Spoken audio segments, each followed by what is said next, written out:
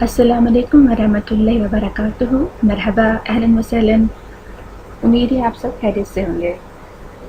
آج کی کلاس میں ہم سیکھیں گے کہ عربی زبان سیکھنا کیوں ضروری ہے۔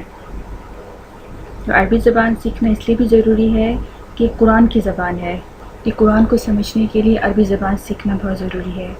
اور نبی کریم صلی اللہ علیہ وسلم بھی عرب قوم میں سے تھے، عربی تھے، ان کی زبان عربی تھی، اس لیے ان سے محبت کے ناطے بھی ہمیں عربی زبان سیکھنا ضروری ہے۔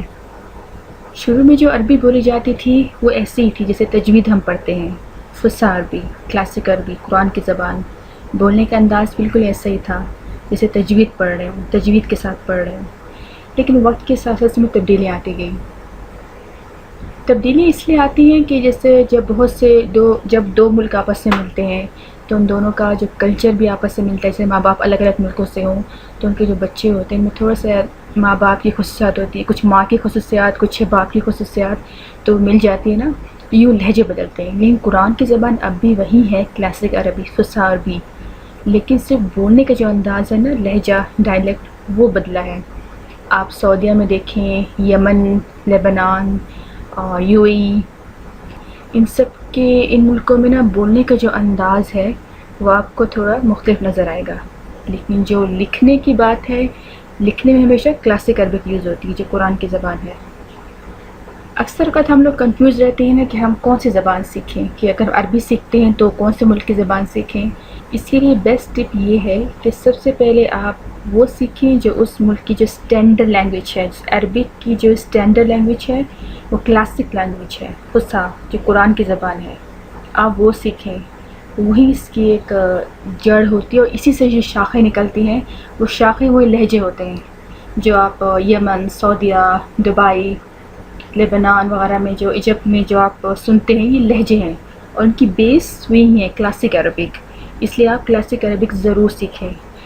آپ اگر عرب ملکوں میں جائیں تو آپ دیکھیں گے کہ یہ جو کلاسک لینگویج ہے ان کے نیوز پیپر میں یہی ہوتی ہے، لکھنے میں یہی آتی ہے، کہ سائن بورڈ دیکھیں آپ کو یہی کلاسک عربک ہی لکھی نظر آئے گی۔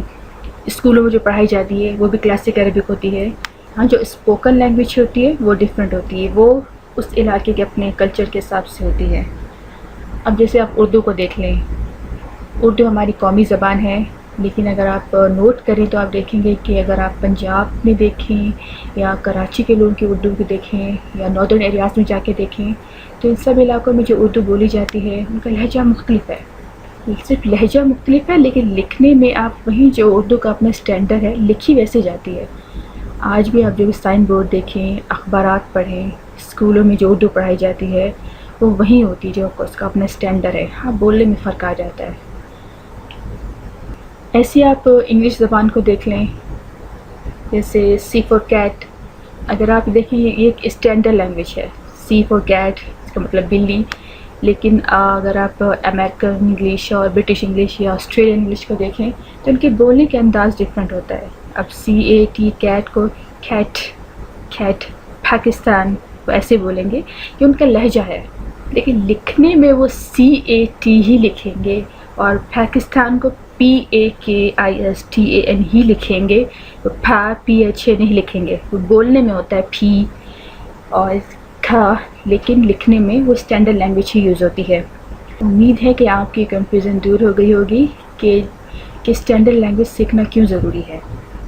آپ کوئی بھی زبان سیکھنا چاہتے ہیں تو اس کی اسٹینڈرڈ لینگویج ضرور سیکھیں، اور اس کے ساتھ ساتھ آپ جس ملک میں رہ رہے ہیں یا اگر کسی ملک کا اگر لہجہ سیکھنا چاہتے ہیں تو وہ ساتھ ساتھ سیکھتے جائیں، لیکن اس کی اسٹینڈرڈ لینگویج ضرور سیکھیں۔ سیم ایسا ہی عربک زبان میں ہوتا ہے۔ آپ دیکھیں گے یہ کلاسک عربک ہے۔ قلم، پینسل کو قلم کہتے ہیں، لکھتے بھی قاف سے ہیں، لیکن اگر آپ امارات میں دیکھیں یا آپ ایجپٹ میں بھی دیکھیں کہ وہ قاف کو گاف سے پڑھتے ہیں، قلم، قہوہ کو گہوہ بولیں گے، لیکن لکھتے قاف سے ہیں۔ اگر آپ کو کوئی بولے کہ قلم تو آپ کو تب سمجھ آئے گی جب آپ نے کلاسک عربک پڑھی ہوگی، ان کی اسٹینڈرڈ لینگویج پڑھی ہوگی تو آپ کو سمجھ آ جائے گی کہ یہ قلم کی بات ہو رہی ہے۔